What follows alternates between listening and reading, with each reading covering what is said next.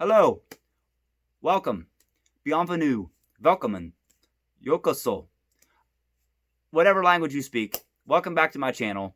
I threw the Japanese in there at the end because I'm talking about retro gaming today. And this next week, I'm going to be getting the Evercade in the mail finally. Due to the pandemic, it was supposed to be out a few months ago. And basically, it's an old handheld. It's a new handheld with old games. Like each cartridge is specialized from either Atari, different companies like Namco has a cart, Pico, the new company, has a cart, and you plug it in. It's retro-based console. They get licenses for different eras. There's even like a Interplay, like Super Nintendo, like I think Earthworm Jim's on there, and one of my favorite Clay Fighter.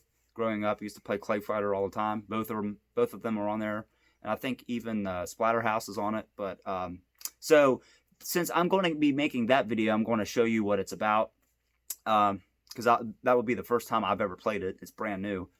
I collect video games consoles, not so much anymore because they're so expensive, but most of my collection, a large part of it, is handhelds.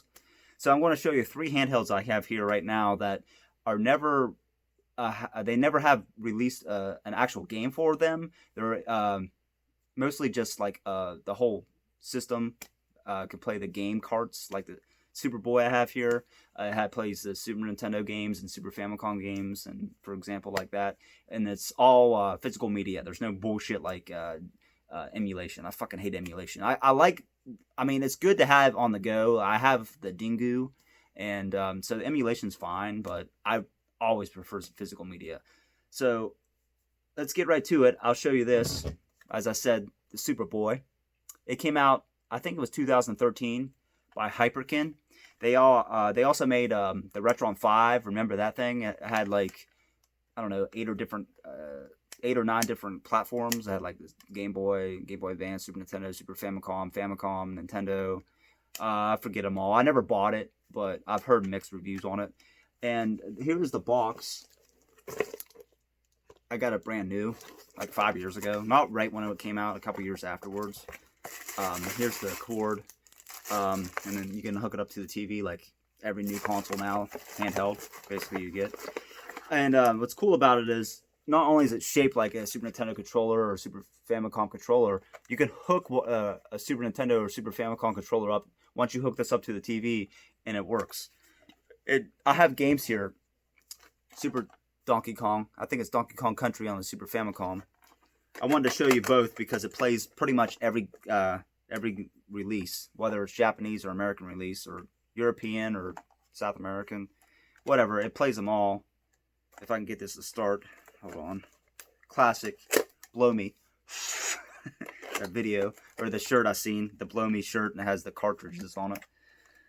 Yeah, there we go. So it's just to show you that they play both. The Japanese version.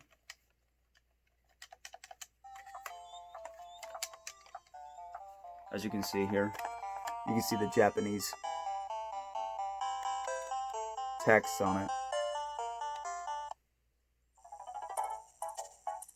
So that works. And here, just make sure. Nice blowjob, huh? Another sex joke, of course. Here's Turtles in Time. You can see that works. So that's what's cool. It could play pretty much any game. There's a few that has different pins in them. Like, I don't know if they're knockoffs or just specially made carts that don't work. But 99% of the Super Nintendo, Super Famicom works for it. So that's that. That's the Supaboy. This piece of shit here is called the Redant Game Axe. It's basically a collared version handheld of the Famicom, which I don't have any Famicom games because I never collected Famicom yet. I have Super Famicom, but haven't got around to Famicom. This is just like a 4-in-1 like generic Famicom games, and it's very, very fragile. As soon as you turn it on, sometimes you move it around, it goes off, but it's still working right now. And if you 4 different games here. This one reminds me of sort of like a number 4. Reminds me of like Black Belt. You're like a beat 'em up. You can see. but I just wanted to show you that it plays. And there's actually a rare like uh, um, adapter you can get where you can play US Famicom games and European Famicom games, Nintendo games, but it's pretty crappy, but I thought I'd show it off because I have it and it's similar to what I'm showing in the video. It's hard to play when I'm just trying to show you, but yeah, that's the Game Axe. I did have an AC adapter with it. It don't work for some reason now, so I just wanted to show you. I have 6 AA batteries in there I'm going to take back out because I'm not going to play it. But that's the Redant Game Axe collar, actually. Redant Game Axe collar. I think it was based in Thailand, but I'm pretty sure it's Japan. It's either Japanese or Chinese, but I think it says somewhere Japanese, but yeah, it's very weird knockoff. And last but not least, everybody remember this? The successor to the Game Gear, which was a portable version of the Master System. This is a portable version of the Genesis / Mega Drive, the Nomad, which, just like the Supaboy, this was actually released by Sega, though. It can play all Genesis and Mega Drive games. And just to prove it to you, I got my PAL version of Crew Ball, since I'm a rocker, obviously. Dr. Feelgood, Motley Crue pinball game. Here's the, can't really see it on that view, but it's too bad it's only like synthesized versions of the songs, but it's still cool.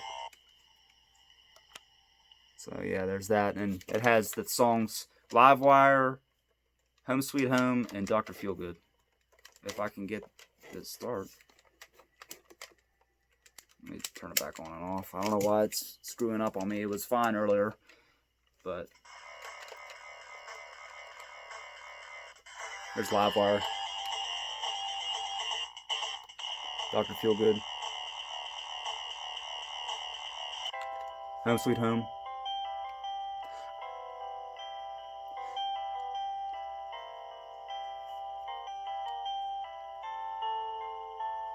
You know, I'm a dreamer.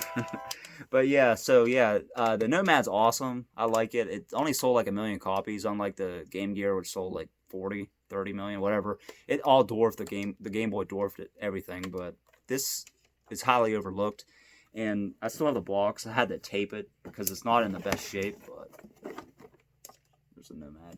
So yeah, those are the 3 consoles I wanted to show off real quick in this video.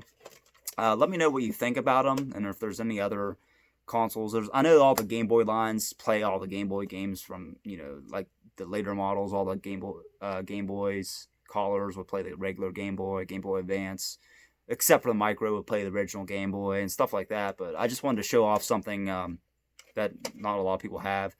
So yeah, I have all the Game Boy models too, one of each model. One of these days, I'm going to get a video of my handhelds and my, you know, video game collection in general, just to show it off and, you know, take piece by piece and maybe review it or talk about it. I'm not the best reviewer, so I just like to let people know about the general specifics, and, you know, just to let people know that the shit's out there if they want to be interested. So yeah, that's all it's going to be for this video. I'll probably make another music video, ranking video next.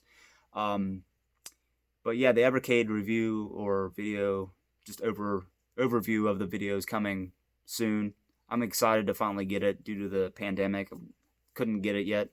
So let me know what you think about the video. I know it's very amateur, but what other consoles that are similar to these do you like? Let me know in the comments. And did you have any of these? And what are your favorite games for each, you know, console or platform? So as always, rock on. I hope to see you subscribe, and if you enjoy metal, retro gaming, retro 80s movies, horror movies, then you come to the right place.